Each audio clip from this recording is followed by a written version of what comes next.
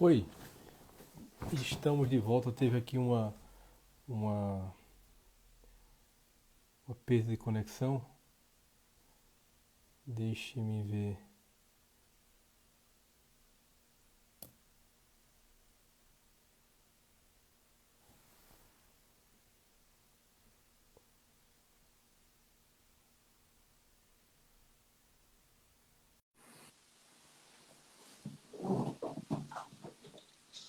Rodrigo, e por falar em perdas, Perdemos a conexão. perdemos a conexão e a feira passa lá. Exato. Mas você estava falando que a questão da maturidade se dá à medida em que o sujeito ele reconhece que a perda é algo natural, é justo e faz parte do cotidiano, ou seja, é algo da banalidade da própria vida. É banal, Exato. é algo E, comum. e, e a questão, essa costura, Rodrigo, da maturidade com a humildade, faz com que a pessoa não se sinta pessoalmente insultada diante da perda. Eu acho que isso aqui é um ponto. Você deve ver muito isso em consultório, né? Como a pessoa vê o mal se processando à sua volta, vê o mal lhe tocando, e não é que ela está revoltada porque o mal está vencendo. Ela está revoltada porque ela se sente pessoalmente insultada pelo mal tocá-la. Então, assim, a pessoa realmente acredita que é uma conspiração universal e ela está pessoalmente insultada, né, por esse tipo de coisa acontecer. E, olha, a gente passa por isso a 3x4, né? Que atira aqui a primeira pedra quem não se sentiu pessoalmente ofendido porque um mal aconteceu. A si ou a alguém que você ama, ou a alguma coisa que você desejava. Então, assim, nós temos essa tendência, né? Faz parte de uma coisinha chamada pecado natural, né? Você olhar as coisas desse modo, quer dizer, você olha para a realidade e você acha que a realidade está lhe sacaneando, porque no final você intui que a realidade tem uma ordem, essa ordem obedece a uma inteligência e você não acredita que essa inteligência, que é a substância da ordem, lhe ama. Então a gente sempre acha que Deus está nos sacaneando. No final das contas, é o fogo gnóstico dentro do cara, a revolta gnóstica que olha para a realidade e acha que o mundo é mau. Então, no final, vai bater nisso. Você vai rodar, rodar, rodar e vai bater nesse ponto exato. Então, assim, essa coisa de você não se sentir pessoalmente insultado porque o mal aconteceu, me parece que é essencial para lidar com o mal. Entendeu? É essencial. Sim. Ô Pedro, permita-me só abrir um parênteses aqui, porque a gente perdeu Claro. a conexão e quem está chegando agora talvez não tenha pego o início da outra live, que eu não sei nem se, se, eu, Não, já se eu foi. gravei, Já já ali foi, perdeu, enfim. perdeu, perdeu. Ali já foi. Então, assim, o que é que está acontecendo aqui? A gente está tratando sobre uma live sobre a brevidade da vida e que é um conjunto, faz parte de um conjunto de três lives que a gente está fazendo sobre esse tema. E Pedro Augusto foi um dos convidados que muito gentilmente atendeu a esse convite. E hoje nós estamos tratando sobre esse tema que é a maturidade e a perda, né? E agradeço demais mais uma vez a Pedro, né? Publicamente elas estão chegando agora, inclusive Jota que não perdoa e que e que Claro, portanto não deixa perder nada, tá? Não deixa quem perder vê nada. esse sorriso desse rapaz belo que é Jota não imagina o sadismo que se esconde atrás desse sorriso cândido, entendeu? É, Ninguém sabe. nesse modelo. Mas, Pedro, realmente é muito importante vincular a ideia de maturidade à humildade, né? Do humus, de botar os pés no chão, de ter contato com a realidade. Né? Porque a maioria esmagadora das dores que nos chegam das feridas humanas nada mais é do que a dificuldade de lidar com a experiência de frustração. Né? E a frustração nada mais é do que um enfrentamento, um confronto, um embate entre as nossas fantasias e o nosso mundo imaginativo, que a gente toma como realidade sem sê-la, e quando a inexorabilidade da realidade chega, se choca com a fantasia, e claro, quem é que vai vencer, a realidade ou a sua fantasia, vã? Exato. E aí você vai chorar. Inclusive, faz parte, eu coloco até isso para meus pacientes por ocasião de algumas intervenções, faz parte de um processo de maturação e, portanto, faz parte da consciência de uma pessoa madura entender que a vida é processo. Quem pensa que a vida é um estalar de dedos ou a varinha de condão da fada madrinha, etc., é porque está imerso na fantasia, né? Na fantasia de onipotência, que é a fantasia infantil, né? De onipotência, de que ele cria e destrói o mundo num piscar de olhos, etc. O homem maduro, ele não pensa assim, ele sabe que a vida se dá como um processo. E o processo nada mais é do que uma sequência de acontecimentos circunscrita no tempo, se a gente for pensar dentro de uma descrição conceitual próxima ao direito, né, que o processo é uma sequência de atos e fatos jurídicos circunscrita num período, num tempo, num prazo processual. Mas na vida se dá dessa forma. E esses acontecimentos, se não devidamente elaborados e processados, vai nos trazer perdas e, consequentemente, a imaturidade. E uma das grandes experiências de imaturidade que a gente se depara é em não percebermos e não termos a consciência de que somos pó e que somos passageiros. Existe uma frase antiga, latina, muito interessante, que eu aguardo sempre, e lembro dela, né? Sic transit gloria mundi, que a glória do mundo é transitória. Que tudo é transitório, tudo é passageiro, tudo passa. Só quem não passa é cobrador e motorista, mas o resto tudo é passageiro. É verdade, é verdade. Tem que ter espaço para piada. Mas entre essa passagem, essa transitoriedade, a brevidade que a nossa vida tem, no fundo a gente pensa como é que nós vamos passar esse intervalo entre começar e terminar a vida. Essa deve ser a parte mais importante da gente refletir, porque é o que de fato é, baseia, fundamenta a nossa existência. E daí partir realmente de que a humildade é um conceito fundamental para entender a maturidade, enquanto uma conexão forte com o humus, com a terra, onde vem a palavra humildade, é o ponto de partida. Né? De que, no fundo, nós somos pessoas marcadas por perdas, perdas importantes. Veja, você falou aí um ponto curioso da questão do pó, né? Eu lembrei aqui do famosíssimo sermão de quarta-feira de cinzas do padre Antônio Vieira, né? Duas coisas prega hoje a igreja a todos os mortais, tal, tal, tal. E tem um ponto muito curioso no início desse sermão, quando ele diz assim: e que duas coisas tão enigmáticas são essas? Quia pulvis est, et in pulveris reverteris, que é expor e ao pó a vez de voltar. Ele fez bem, que nós vamos haver de voltar, não precisa fé para crer, basta a vista. Mas que nós já somos pó agora, nem a vista o alcança, nem o entendimento. Aí ele pergunta, ele fez, então, se eu sou homem, não posso ser pó. O pó não sente. Mas como é que a igreja me afirma que eu já sou pó agora? Não que eu vou ser pó no futuro. E aí, nesse sermão, ele elabora a seguinte coisa. Se o homem é pó e vai tornar-se a ser pó, então toda a jornada da vida humana é uma jornada de pó a pó, basicamente. E se você está numa jornada cíclica de pó a pó, isso significa dizer que quanto mais você se afasta do pó, mais você se aproxima. Porque no final das contas, se você está num círculo, meu filho, quanto mais você se afasta do ponto de partida, mais você se aproxima dele, né? E se você tem essa jornada cíclica de pó a pó, isso significa dizer que a perda, a destruição e a morte, ela não é um evento, como eu vou dizer assim, inusitado, ou um evento falho, ou algo que acontece quando não deveria acontecer. Ela é a estrutura mesmo da realidade humana, né? Então, assim, uma maneira de lidar com todas as situações de dor é perceber que a dor não faz mal. Tá entendendo?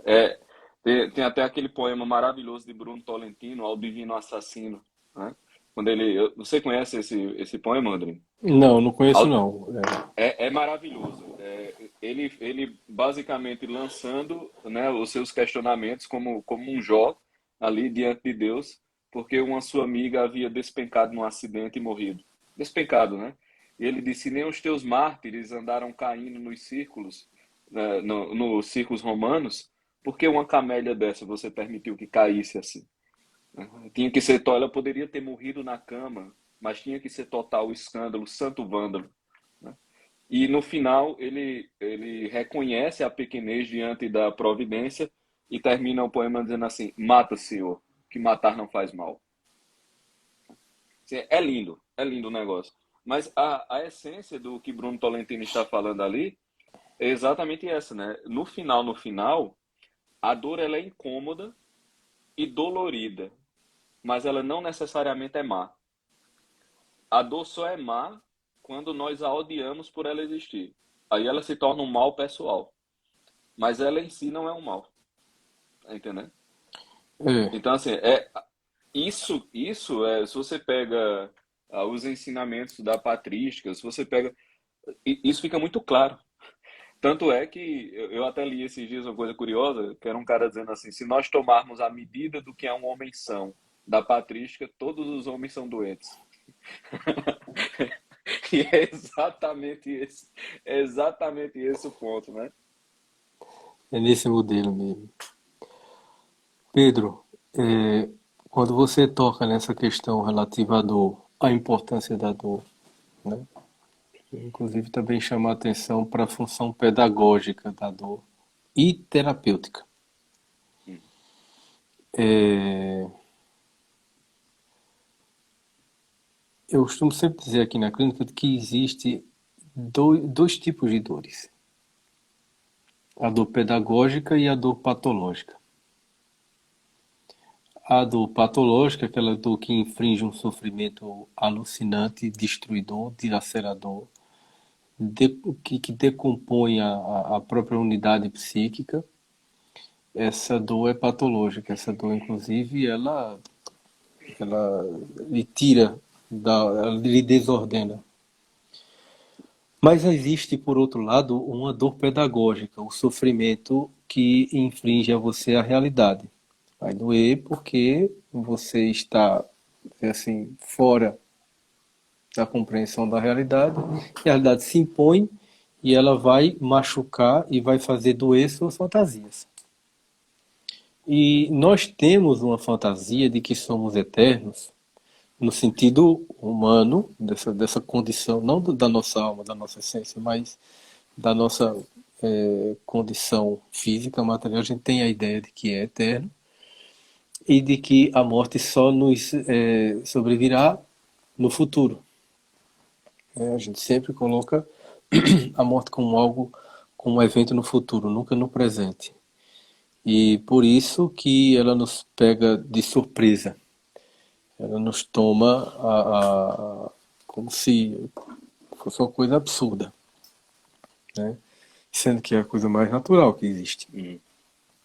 que é, que é morrer. Não por acaso a gente é surpreendido, como eu citei até na live de ontem, com o Vitor Meireles, com a morte de jovens e crianças, né? Que a gente acha que é algo antinatural, que não tem nada de natural e tal, mas é muito natural, porque nesse exato momento estão morrendo jovens por diversas razões e crianças também por diversas razões.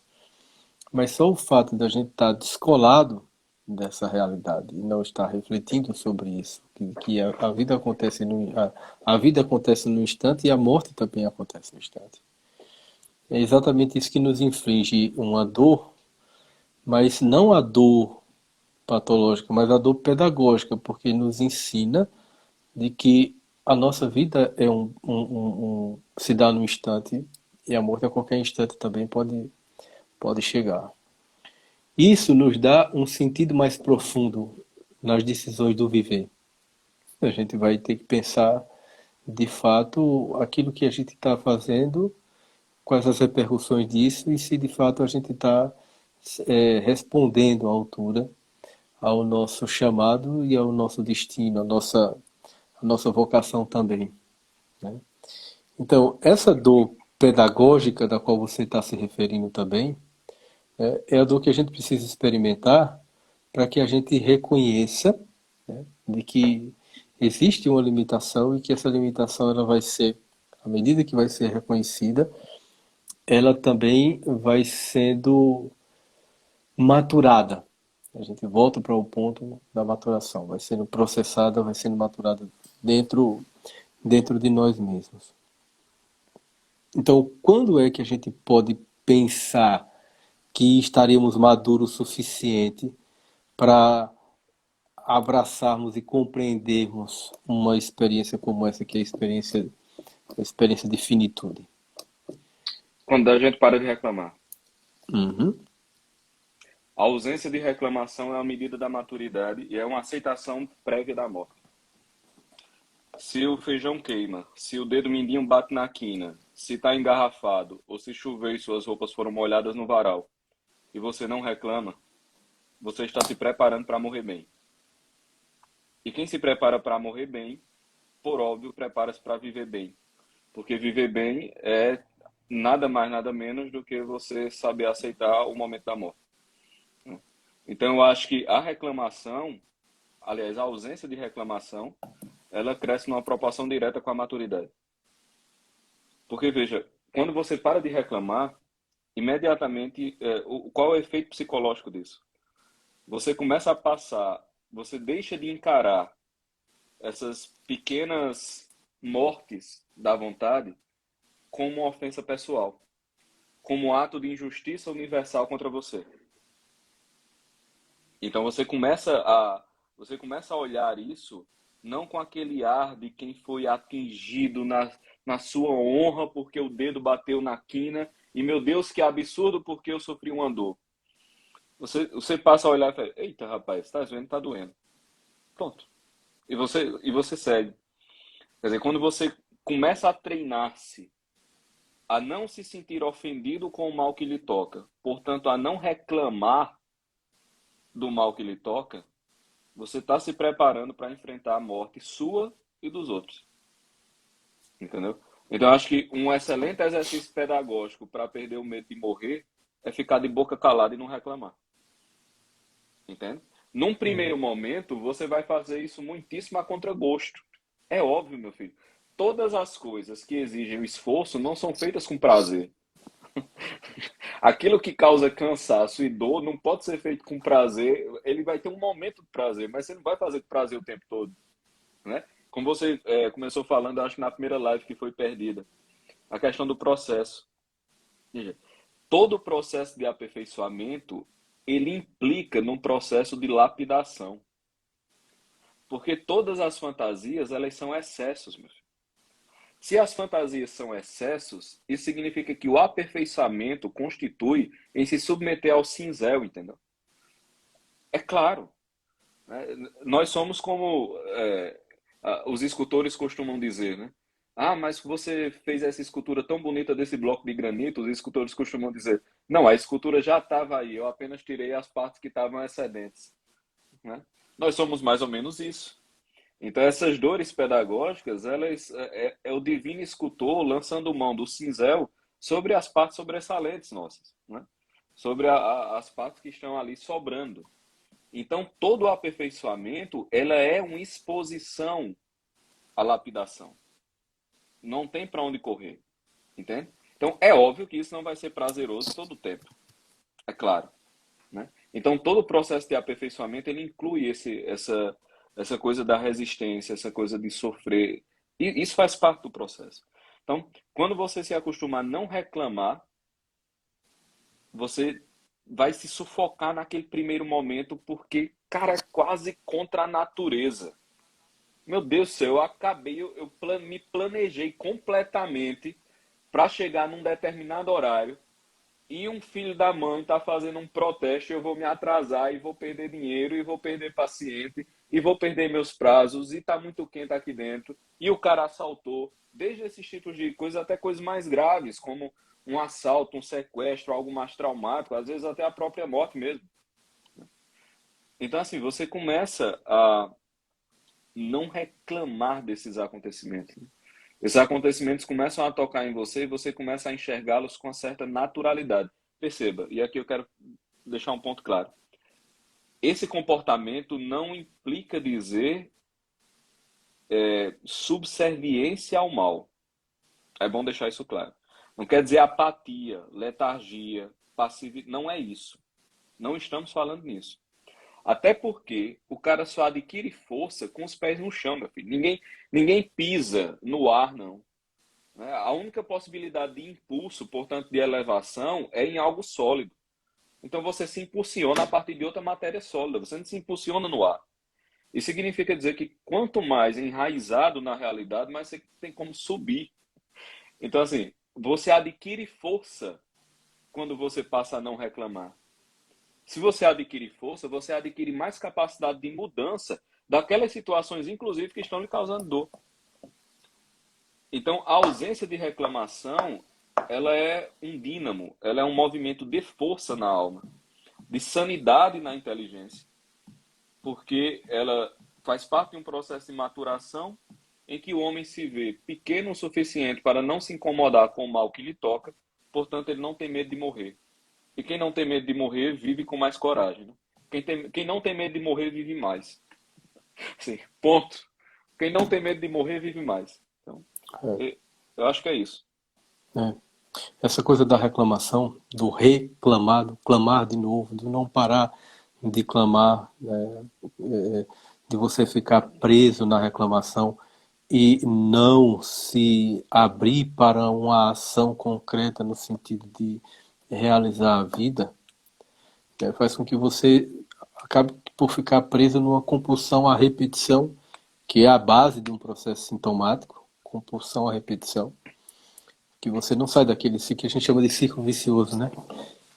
Na verdade, é uma compulsão à repetição ao mal, que num processo psicoterapêutico acontece porque o sujeito não conseguiu elaborar aquela experiência traumática e o psiquismo fica o tempo todo tentando voltar àquela experiência inicial para tentar entender e processar aquilo, mas não consegue.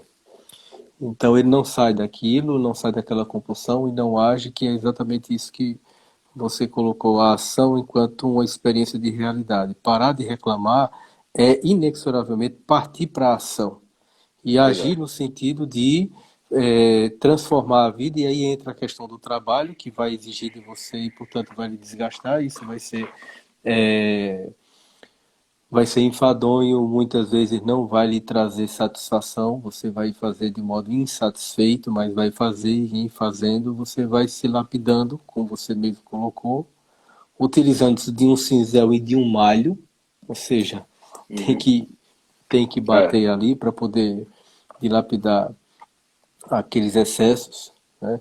E de fato esse caminho abandonar o caminho da reclamação e seguir o caminho da ação, né? Um ponto fundamental para começar a aceitar com maturidade a inexorabilidade da vida. E assim, não por acaso, essa, essa, essa disposição que eu tive para fazer essa masterclass foi exatamente em lendo um livro de Sêneca, que é um dos principais nomes do estoicismo romano. E o ensinamento estoico é exatamente esse, é o de você não reclamar da vida. A vida é o que é. E que todo o sofrimento, que ele, inclusive ele vai trazer isso no outro livro, que é sobre a tranquilidade da alma, a tranquilidade da alma acontece exatamente no momento em que você passar a aceitar a vida como ela é. Exatamente como ela é. Sem que você imagine, pense ou deseje que a vida seja tudo, né, menos o que ela realmente é. Então, enquanto você estiver nesse movimento de negação da realidade, e portanto você vai ficar o tempo todo reclamando, reclamando, reclamando, reclamando, reclamando, porque você nega a realidade, você não vai conseguir avançar na compreensão de acontecimentos tão importantes como é o acontecimento da vida e entender que ela é finita. Rodrigo, Entender e que outra tudo é coisa que finito. eu acho que tu já deve ter visto a 3x4. O cabo fica rancoroso quando o cabo Sim, reclama muito. sim, Fica sim. recente. Tu já trabalhasse, lidasse com gente que reclama o tempo todinho. Meu amigo, é um saco, né, não? É um saco. Não tem quem aguente, bicho. Não, porque é Não um tem quem aguente. sintoma, porque é um sintoma, né, Pedro? Sim, Olha, sim. imagine só, você ficar, ó, eu digo sempre isso assim, às vezes eu tenho pacientes que estão, eu não peço psicopatologia, mas, por exemplo, a própria depressão, né? Não é fácil você ter em casa um paciente deprimido, né? Porque imagine que você vai estar o tempo todo em contato com aquele sintoma. Você também Sim, tende, tende a, se não cuidar, né? Você adoece também, porque você vai ser arrolado naquele. Então, o cara que está ali o tempo todo reclamando, ressentido, o tempo todo, você vive aquela experiência patológica, né? De sofrimento. Isso é algo realmente bem complicado e, claro, como eu disse há pouco, é um sintoma, né? é um sintoma. E é um É um sintoma que sintoma. sai, é aquela coisa, né? Abismo atrai abismo. Então, você começa a criar um certo ódio ao bem. Porque se a sua razão, veja só, você termina, como você disse, nesse ciclo, que normalmente chama ciclo vicioso, né? Mas se você fica nesse ciclo de repetição, compulsão, essa coisa toda, você começa a cristalizar a sua forma biográfica nisso. E é como se você causasse como é que eu vou dizer, um endurecimento, né? Vamos usar uma imagem bem material, assim. É como se você engessasse o seu cérebro. É como se você causasse um enrijecimento nos caminhos ali cerebrinos, naquela coisa toda. E você começa a enxergar o mundo a partir só daquelas categorias. Veja, se aquilo se torna a sua razão de ser, a sua verdade mais interna, o que vai acontecer é que tudo aquilo que quebre essa sua estrutura vai lhe causar uma sensação de ameaça. Então você vai começar a sentir-se ameaçada pelo bem que vai rebater aquele mal que você já criou dentro de você. Então, qual o primeiro movimento disso? Olha o nível da merda do negócio. Primeiro, o cara vai começando a fechar as janelas para melhora. Por quê? Se o bem ele começa a ver como uma ameaça, ele está fechando a janela. Tem uma janela aqui com o sol, ele vai lá e fecha. Tem essa aqui, ele vai lá e fecha. Ele começa a viver num quarto mofado, né? Ele começa a viver naquele quarto ali. Ele não vai passando, não vai passando. Só que as pessoas não estão vivendo dentro daquele quarto. Aí ele vai olhar pela frestinha da janela que ficou e ele vai ver aquele bem lá. E ele vai começar a se entristecer mediante a visão do bem. Tecnicamente, a tristeza que você sente ao enxergar o bem é chamada de inveja. Ou seja, você começa a criar uma tristeza, um ódio ao bem. E, obviamente, aos portadores do bem. Ou seja, o indivíduo começa reclamando e ele termina odiando tudo, todos, a si mesmo e a Deus. Ou seja, ele começa reclamando do dedo mindinho que bateu na quina, da porta, da chuva, né, do vizinho barulhento, do cachorro que late. Ele começa sentindo-se ofendido por isso e ele termina odiando tudo de bom que ele poderia experimentar. Né? Então, assim, abismo atrai abismo, meu amigo. É um negócio que, se você não cortar, e quando eu digo cortar, não é assim, vou virar um santo que não reclama do dia para a noite. Não, a gente está falando, começamos essa conversa aqui falando de processo. Só que assim, veja, isso tem que estar no ideal. Porque o que é o ideal? O ideal é uma baliza, né?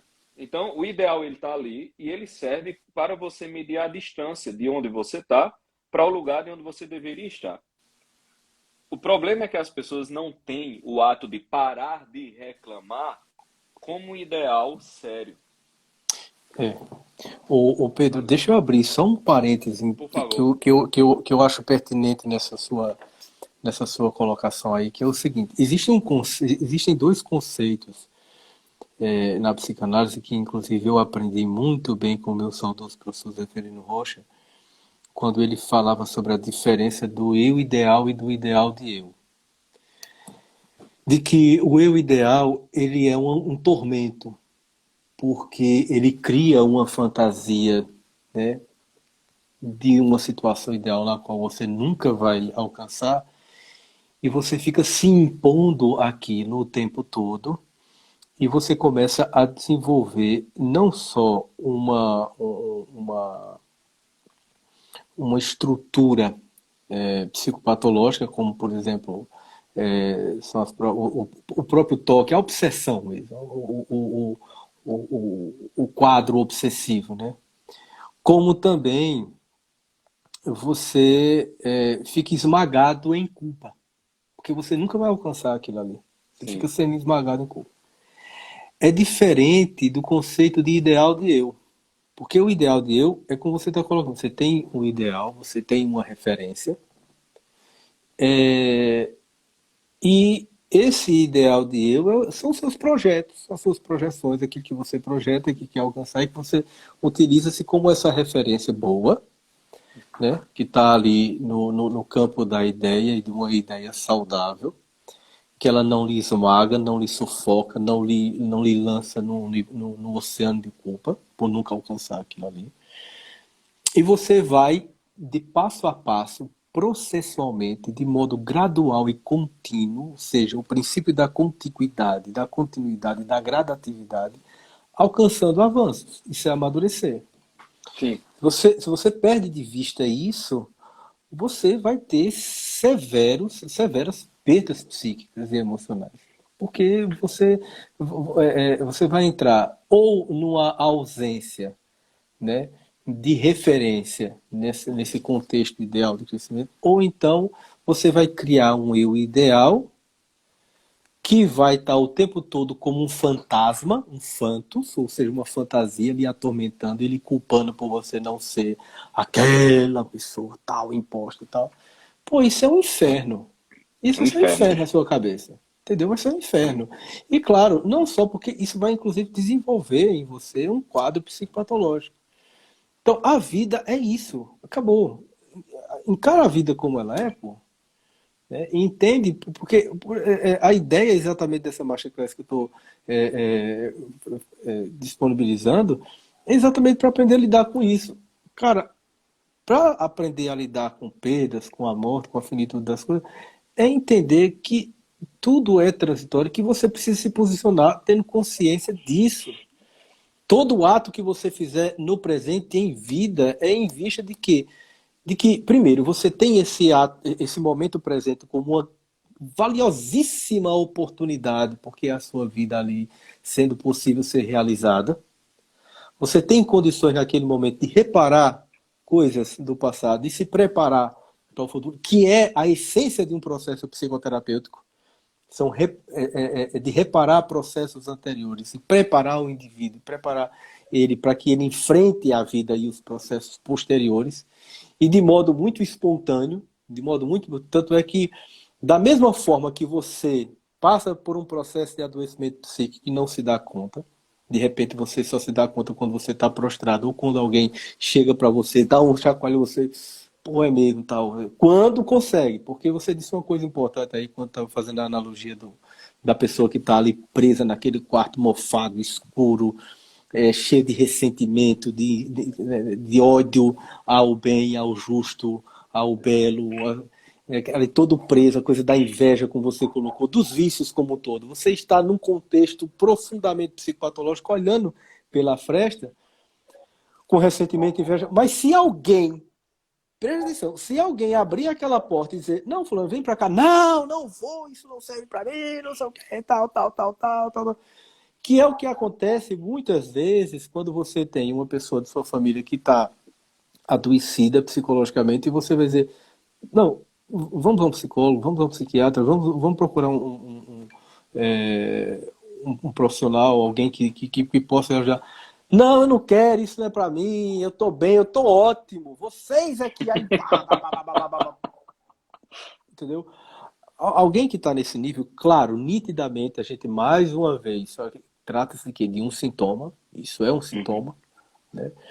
Precisa ser visto como tal. Claro, uma fragilidade ético-moral também profunda do seu imaginário, também, obviamente, totalmente fragilizado. E é exatamente isso, é alguém que não sabe. Eu peguei essa coisa da, da diferença entre o conceito de eu ideal e ideal de eu, exatamente por conta disso. Porque, às vezes, a gente precisa entender que um eu ideal não vai nos ajudar. Agora, um ideal de eu, sim, nós precisamos Exato. disso. Senão, a gente não avança. E outra coisa, o eu ideal é uma excelente desculpa para passividade, né? Porque é o seguinte, Se você se impõe uma meta impossível, meu filho, é porque você não está querendo alcançar, Exato. certo? Exatamente. Então, assim, não dá. Quem quer alcançar uma meta, se impõe uma meta possível, pô.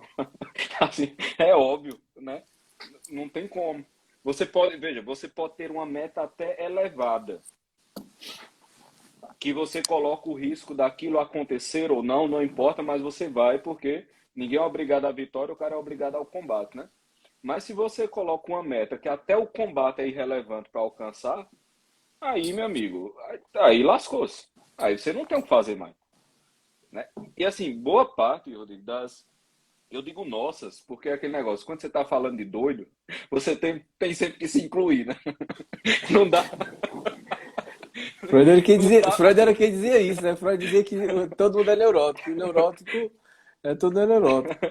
não dá É para falar parte de do psiquismo loucura, doente, né? não dá para falar de loucura sem se incluir, né? Então assim, a gente tem esse lance mesmo de nos colocar ideais impossíveis exatamente para justificar aquela reclamação que já cristalizou-se dentro da nossa cabeça, dentro da nossa estrutura de vida, entendeu? Então, assim, se uma meta é possível, cara, então a ausência de esforço não é desculpável, entendeu? É, Se uma meta é possível, a ausência de esforço não é desculpável. é, Mas se a meta é impossível, então a ausência de esforço é até justificável, né? Porque você vai esforçar-se tanto. é. Então, assim, veja, é curioso, né, Luiz? Tu lida com isso muito mais do que eu, assim, dentro do consultório. A gente se coloca muitas armadilhas, né, bicho? Assim, a gente vai se amarrando, na verdade, né? Ao invés do cara ir cortando os laços, você vai se amarrando, assim, entrando nas armadilhas que você vai criando. E esse lance mesmo, você vai construindo um mundo fictício, um mundo completamente imaginário. E veja, isso tem um peso espiritual muito profundo. Por quê? Porque nós não fomos chamados a viver no mundo que nós criamos. A Exato. felicidade humana consiste em viver no mundo criado, tá ligado? Exato. E se você vive apenas na fantasia do mundo que você cria, isso nada mais é do que o sussurro dos sereis como deuses, né? O bafinho da serpente aqui no seu ouvido, É, entendeu? Então, é. assim, e todas essas coisas nós estamos suscetíveis a isso, né? Esse negócio todo, não tem pra onde correr. É, poxa, Pedro, você tocou num ponto aí muito importante que é o seguinte, é impossível ser feliz, impossível ser feliz. Você pode até estar alegre ou estar em euforia, mas ser feliz é impossível descolado, desvinculado da realidade. E, por exemplo, quando a gente fala em finitude, a gente fala em realidade. As coisas são finitas, isso é real. Se você não está instalado na compreensão da finitude das coisas, você vai viver uma profunda tristeza. Né? Na verdade, uma infelicidade, não é nem uma tristeza, porque é, você colocou muito bem, nós fomos criados, nós fomos criados e existimos para estarmos em contato com a realidade, não com a nossa fantasia, as nossas fantasias, né? Que cada vez que a gente entra em uma dessas fantasias e vive as experiências mais eufóricas e alegres possíveis, mas ela, como está calcada numa fantasia, vai vir um vento, que é o vento forte da realidade, e vai derrubar você e você vai simplesmente se perceber infeliz. Inclusive, eu costumo sempre também fazer essas colocações, principalmente em quadros de transtorno bipolar. Porque o transtorno bipolar é exatamente esse quadro psicopatológico de instabilidade brutal, onde o sujeito ele está entre a euforia e a depressão. Essa definição psicopatológica era o que antes era conhecido como maníaco depressivo, hoje é transtorno bipolar. Ele fica entre a mania, né, a euforia, e depois ele cicla para a depressão. Os dois polos são baseados numa fantasia. Os dois polos.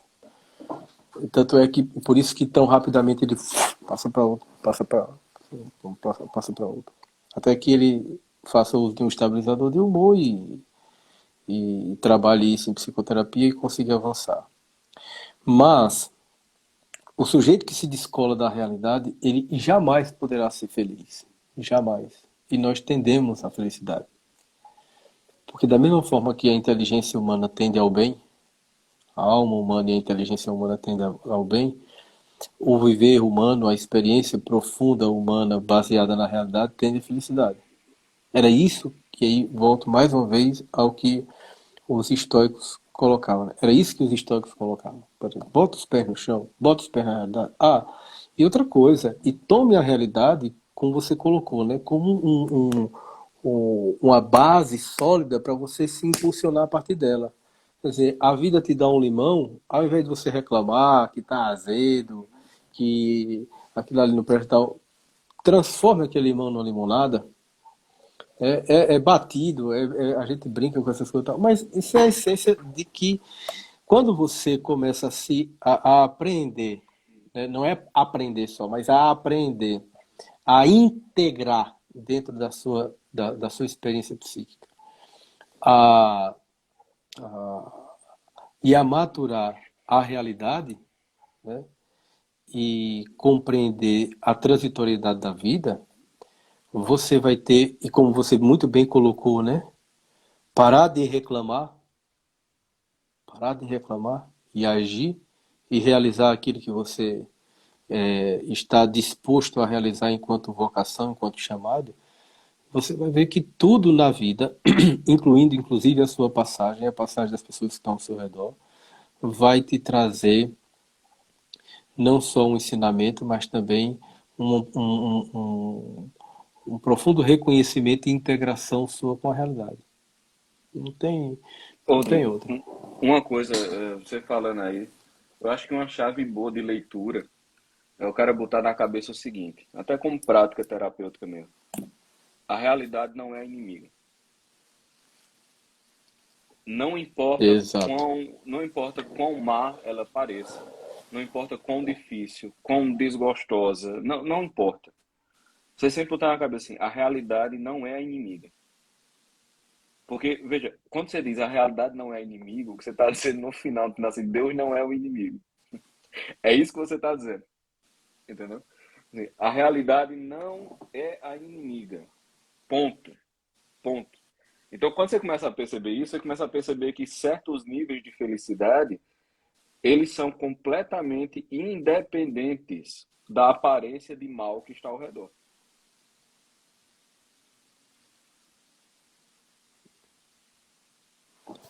Oi, Pedro?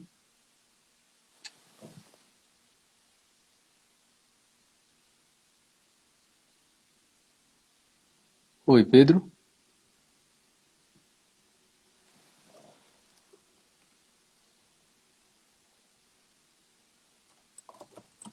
Vocês estão me ouvindo? Poxa, foi Pedro, não foi que travou? Ou fui eu? Fui eu ou ele, porque às vezes tem problema de... Ah, foi Pedro que caiu. Então tá bom, deixa ele voltar. Deixa ele...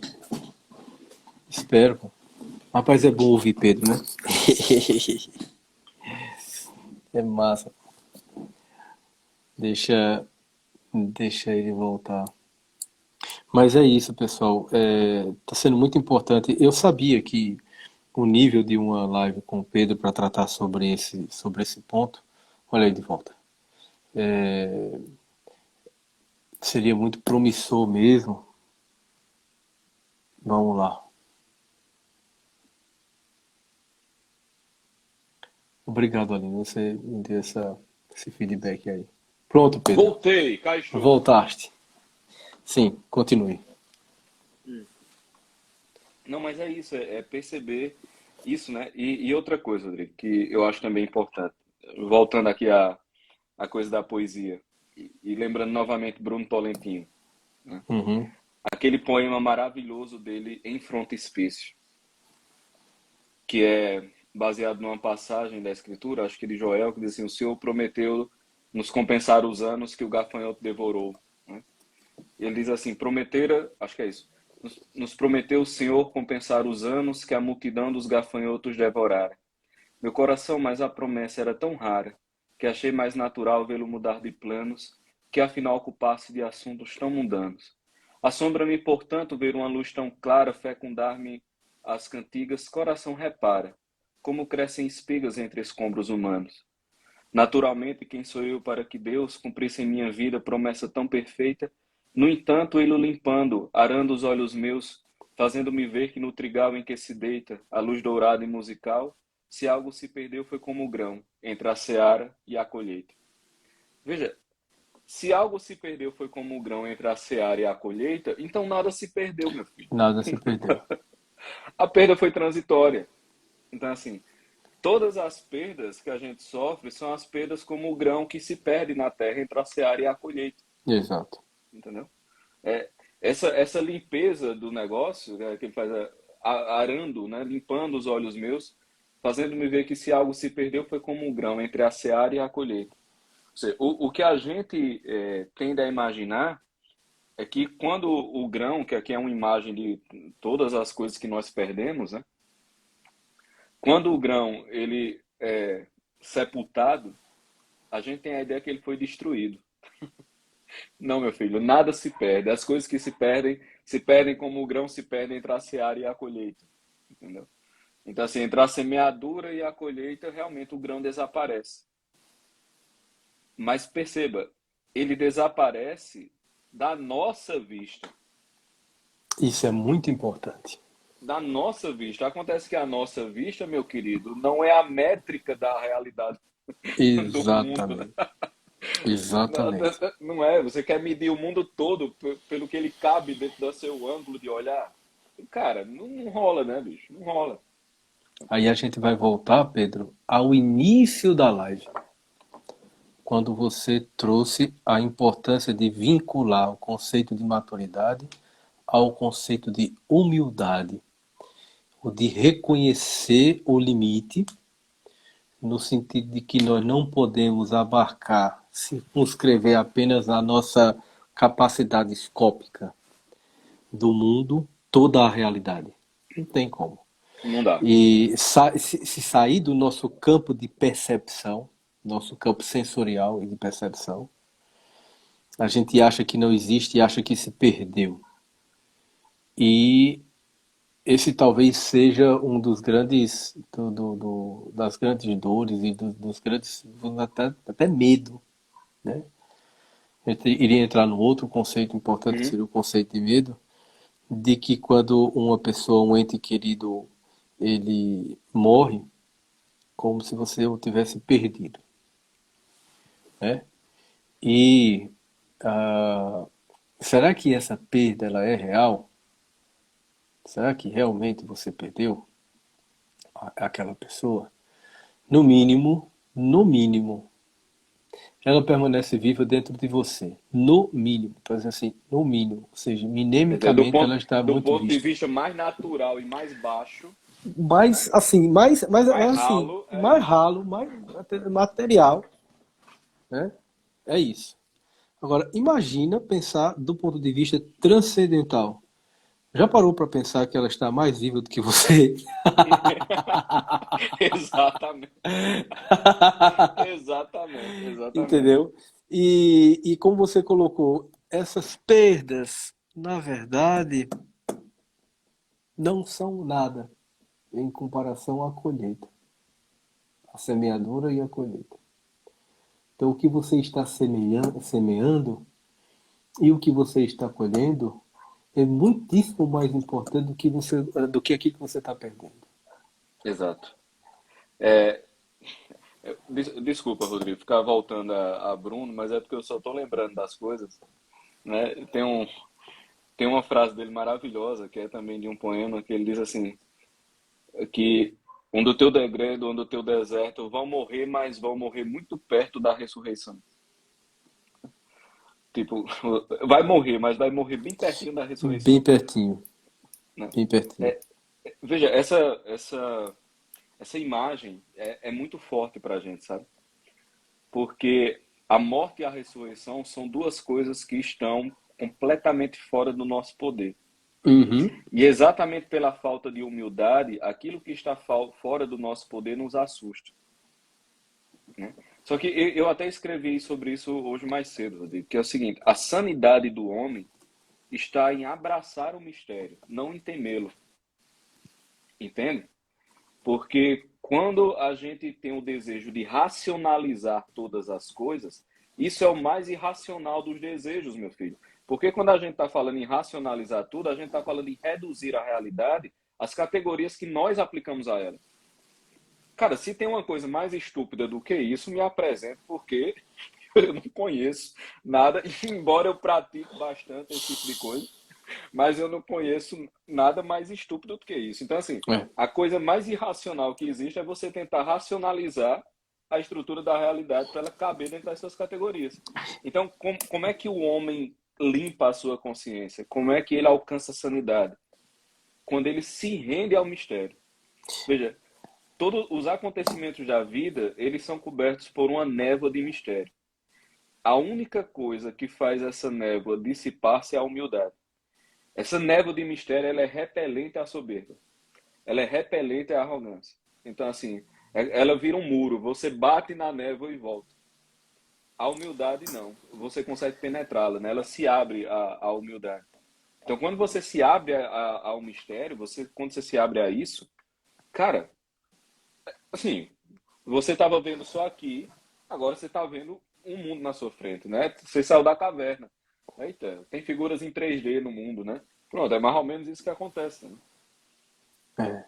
O Pedro, essa coisa do mistério, ela é realmente muito importante e eu tive a oportunidade de viver essa reflexão de forma mais profunda por ocasião de um velório que eu fui de uma amiga que pariu um filho no sábado de manhã e morreu no sábado à noite.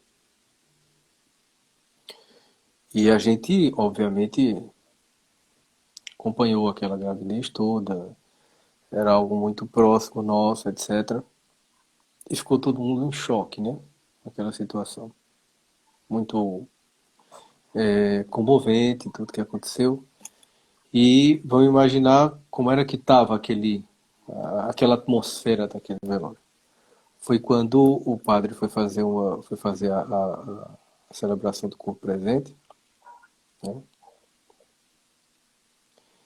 E ele exatamente evocou essa dimensão do mistério, da necessidade de nós nos rendermos ao mistério.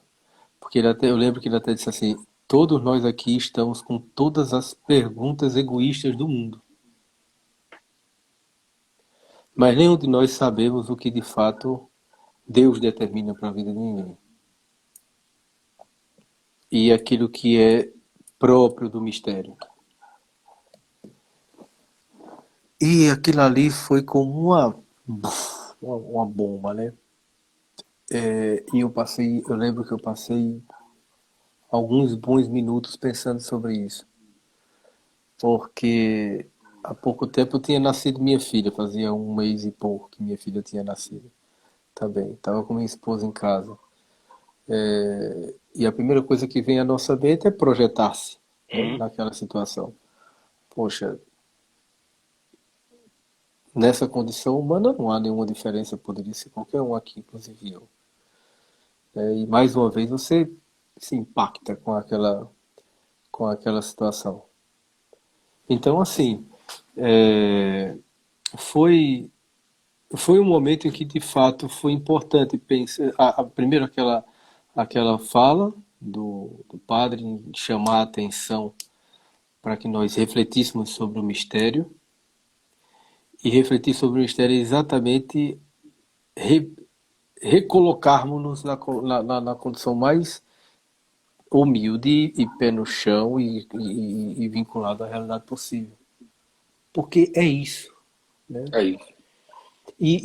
Assim, a ideia dessa Masterclass é exatamente ensinar como a gente precisa, como é que se dá a compreensão sobre a morte, sobre partir da vida, como lidar com isso, Ô, Rodrigo, inclusive, sobretudo, com. Pois não. não, só uma coisa, assim, às vezes as pessoas escutam você falar da morte, né? Mas não, mas eu não sofri nenhum trauma com isso e tal. Assim, só que assim, quando você fala morte de alguém, essa é um tipo de morte. Exatamente isso que eu ia colocar. Um tipo de É um morte. tipo de morte. Primeiro que a gente está Você morrendo tem todo dia, luto, né? você tem luto por um emprego perdido, por relacionamento, por uma oportunidade. Você tem luto por um aspecto da infância que você não teve. Você tem luto por um aspecto afetivo que não teve. O Então, assim, pet que morreu, o o pet que pet que morreu. morreu, ou então saiu de casa e você perdeu e está com a coleirinha dele na mão e chorando Exato. e elaborando essa perda. Exatamente. Exato. A Então, assim, morte enquanto o fim das coisas, exatamente, né? exatamente. Enquanto o fim das coisas. Então, assim, é uma oportunidade muito interessante da gente refletir sobre isso. Inclusive, tem o link na minha bio que vai disponibilizar essa aula exclusiva sobre a brevidade da vida. E, assim, Pedro, a gente já está aí quase uma hora de live. Eu não vou mais tomar teu tempo. Só quero te dizer que eu estou muito feliz e muito agradecido por esse momento contigo. Eu sei que você é uma pessoa muito ocupada, tem seus afazeres e é muito requisitado e atender a, a esse convite para mim é uma honra e é uma felicidade. Muito E obrigado mesmo eu por quero você. dizer a todo mundo que é o seguinte: quando eu estou em dúvida de um negócio muito sério a fazer, eu ligo para Rodrigo. Fala, ei, bicho, ei, bicho, me diz aí, velho, eu tô com esse negócio, o que é que tu acha aí? Tu se lembra aquele clássico, Rodrigo? Pois é, então assim, Mas não foi daquela vez, consuma. né? Não foi, não Não, foi não daquela foi, não vez, né? foi. Pois é. Exatamente. Então, assim, Mas consumam não tudo que foi. o Rodrigo fizer, tá certo? Se tiver um psicólogo para indicar, tá aí na frente de vocês. Então, assim, eu confio 100% em tudo que esse bicho faz. Viu? Obrigado, Vamos Pedro. embora. Obrigado. Vamos Deus te embora. abençoe. Tudo de bom, meu E irmão. abração, viu? Felicidade, viu? Obrigado Valeu. mesmo. Gente, muito obrigado. Se inscrevam lá nesse evento que a gente vai lançar. Vai ser um prazer ter vocês lá. E tem um link aí na bio, como eu falei há pouco.